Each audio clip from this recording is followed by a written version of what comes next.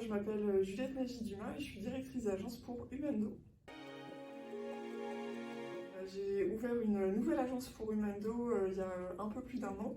La première partie de mon métier, c'était vraiment de faire une analyse de la stratégie et d'aller prospecter en fait pour trouver des candidats et des clients.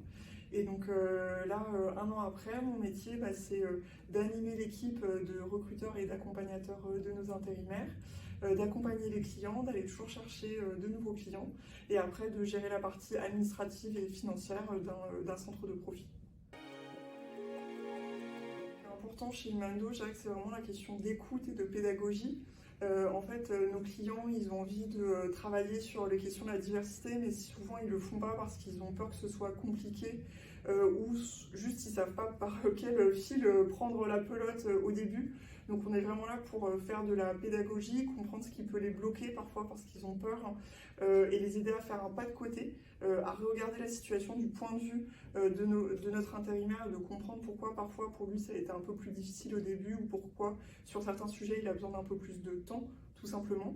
Et à côté de ça, on est vraiment aussi en coaching en fait, vis-à-vis de nos intérimaires pendant qu'ils commencent l'émission parce que eux ils veulent tellement que ça se passe bien et que ça réussisse qu'ils se posent beaucoup de questions et on est vraiment là à leur écoute pour les aider à se poser les bonnes questions et avoir les bonnes attitudes au travail pour performer, réussir, être fiers d'eux et accéder au CDI.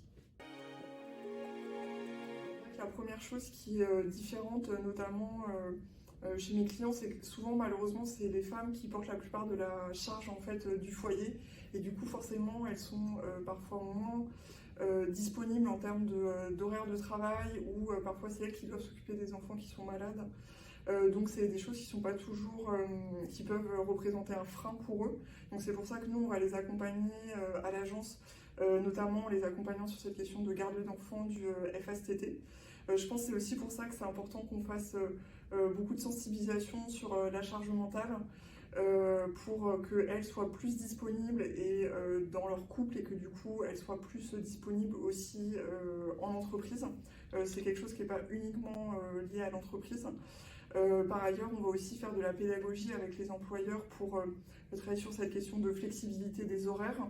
Finalement, le travail sera aussi bien fait, mais ça permettra de l'ouvrir à plus de personnes. J'ai deux conseils. Le premier, c'est un que j'applique à moi-même depuis quelques années. C'est de ne pas chercher à trop en faire. Parfois, on a un peu le syndrome de la bonne élève. On veut être sur tous les fronts et ça fait qu'on est à 70% partout, mais à 100% nulle part. Lorsque vous êtes en réunion et qu'on demande qui veut faire ça, vous ne proposez pas. L'autre réunion, ça c'est plus un message global.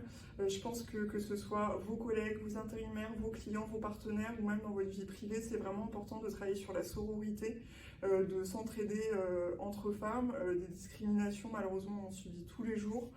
Des gens de l'entre-soi en fait, masculin dans lequel on ne peut pas intégrer parce qu'on est une femme, on en subit tous les jours.